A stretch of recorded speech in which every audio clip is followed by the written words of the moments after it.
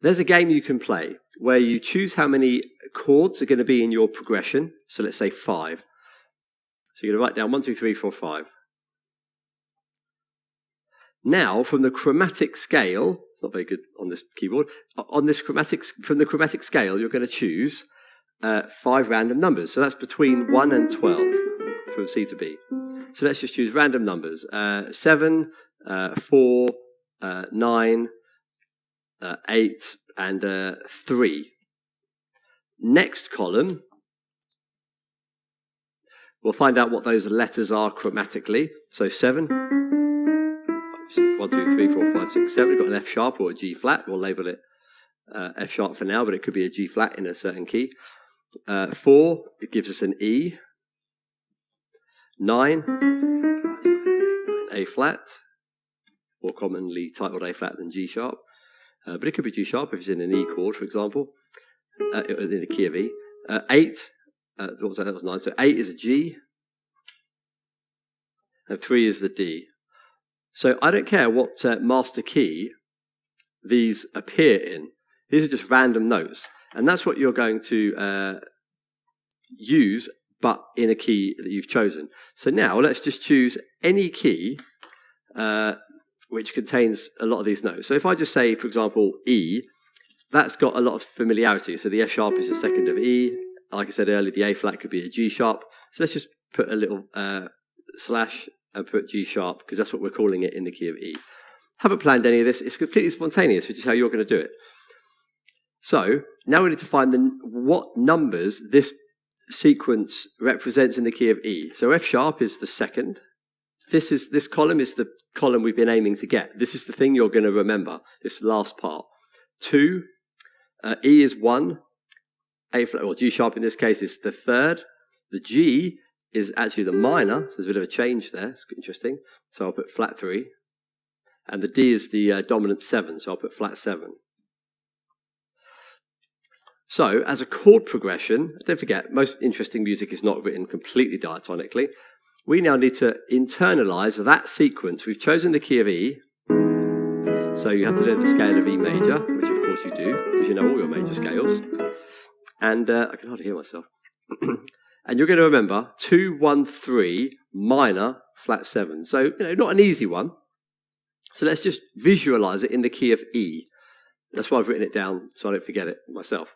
And to show you how to do it, of course.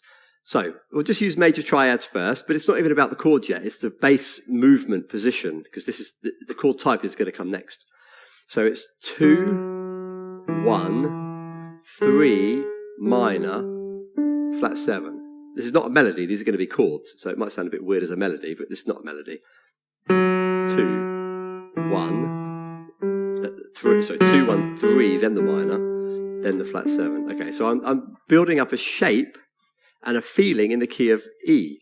So let's just put some major triads to see if I can remember it. 2, 1, 3, minor, flat 7. I'm going to turn it over. So 2, 1, 3, then the minor, 7. This is D. And of course the whole piano can be the chord. When I play F sharp here, it doesn't mean that this is the beginning. I can play F sharp all over the whole piano, it doesn't matter. 1, minor, I think. No, with the 3 next. So 2, 1, 3, minor, and then it's flat 7. Okay, so I'm now starting to get the shape. 2, 1, 3, minor, 7. That's quite an easy pattern to see now. You can see it goes black to white, and then like that block kind of moves up a bit away, there to there, and then just onto the white note between the 2 black notes, if you want to see it, say it physically like that. But this is a 7 of E.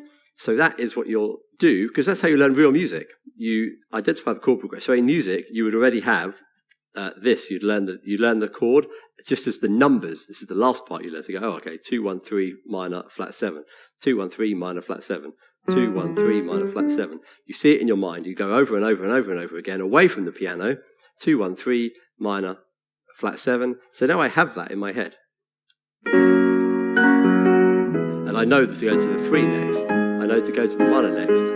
Just playing major triad, and then the 7. That's not too bad. nice sound.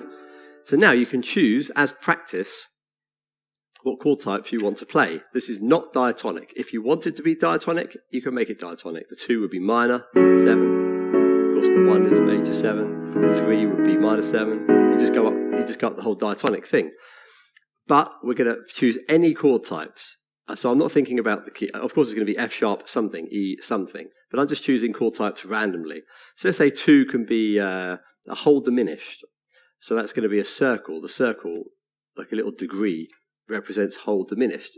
I have many videos on chord types. I'll link below to some chord videos. So it's going to be 2 as a whole diminished.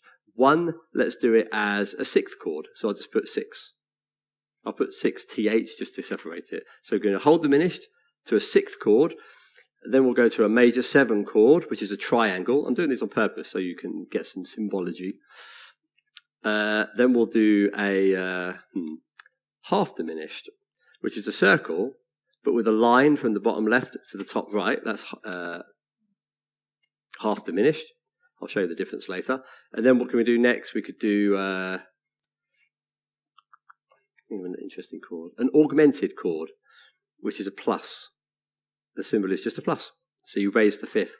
So we just go through these chords quickly, give you a bit of theory. So whole diminished on F sharp,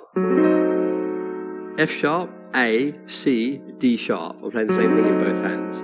The theory, the numbers behind a whole diminished will be 1, minor, flat 5, 6 on top. Some people say double flat 7, which is a 6. So that's a nice movement. So the E chord, the 1, is going to be a 6th chord. So that's simply 1, 3, 5, and the 6 from the major scale. So just drill those 2. That sounds quite nice, like a beginning of a song, doesn't it? Like starting on a bit of soft tension. Lovely. I mean, you've got a shared C sharp in both of those chords. Sounds quite nice. Then 3, the G sharp, is going to be a major 7. So it's easier to label that, to be honest, as A flat, in the key of E flat, in the key of A flat, which would be A flat C, E flat G. But we have to label it in the key of G sharp, because technically we're in the key of G. So it's G sharp, C, D sharp, G. So we play those together. I'm not looking, I'm just got my eyes closed. To 6. To an A, to a G sharp, G sharp augmented, G sharp major 7. Now, the minor, I've said to be half diminished. Lovely chord. It's an unstable, cute chord.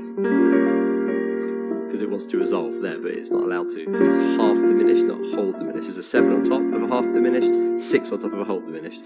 So again, you have the minor, the flat 5, and this time not a 6 on top, that's a whole diminished, but half diminished, the F on top, the dominant 7, the flat 7. In the key of G here. So, from the beginning, whole diminished to 6. G sharp, major 7, G half diminished. Lovely chords, sounds great. I'm quite pleased with this outcome because I didn't know what it's going to come out as. Then we're going to flat 7, which is on the D, and we're going to do an augmented chord. Oh, that's nice, one of my favourite chords, shapes. So, an augmented chord, you take the triad, so just D, raise the 5th, a half step, a semitone. Very, very nice. Now you can put the dominant 7 on top if you want to, which means you just write plus and then a 7. Some books say 7 plus, doesn't matter. So that's D7 augmented. So see if I can remember all that without looking. I'll just say it to myself first. F sharp, whole diminished. E6, G sharp, major 7, G half diminished, and then that D augmented 7, D7 augmented. So see if I can do that without stopping, because when I'm playing one chord, I'm thinking of the next. E6 is in my head now. G sharp, major 7. Dropping down to G half diminished, up to that D augmented 7. So that is the idea. The video doesn't need to be any longer. You can then do that in a different key. Choose a different key. You'll get different numbers. And try it with different letters. It doesn't have to be a long one like 5. I just want to show you what's possible. The point is that once you practice doing this, you can then easily learn repertoire, which is often the same chord types, 2-5-1, 1-4, 4-5-1, all that kind of stuff, 3-6-2. Very common things to remember. in jazz repertoire. So if you can get away with doing all these complicated ones with fancy different chords, when it comes to regular jazz repertoire memorization, it'll be very easy. My last video at the time of recording is Section A tutorial on All the Things You Are. And that's so easy. I can tell you that now. It's just 6, 2, 5, 1, 4, and then a 5, 1 onto the third. And then you do all that again in the key of fourth up. So you do it first of all in A flat, da-da-da-da, and sorry, fifth up. And then you do it a fifth up in A flat, blah, blah, blah, blah, sorry, in E flat, and do it all in E flat again. 6, 2, 5, 1, upper fourth, 5, 1 onto the third. That's how you learn and speak the jazz language. So in this case, if this was a jazz song, you'd say to me, how do you play that song? Blah, blah. I'd say, you just go 2, 1, 3 minor, flat 7. 2, 1, 3 minor, flat 7. Your drill. It's in the key of E. Okay, so F sharp, E, G sharp, G, D. And what the chord types, you sort of add those on next. You go, okay, it's whole diminished, 6, major 7, half diminished, augmented with a 7. That's it. And if I wanted to play this in a week, I'd think about it occasionally throughout the day in my mind, but I'll never forget that sequence. That's how it works for repertoire. So have a little fun with that game and explore some new chord types. And there you go. As always, likes, comments, subscriptions are always welcome. Have a look at my video management website, Water Pianism Syllabus, perhaps Patreon, and all my playlists. And I'll see you in the next video. Request welcome. All the best. Bye for now.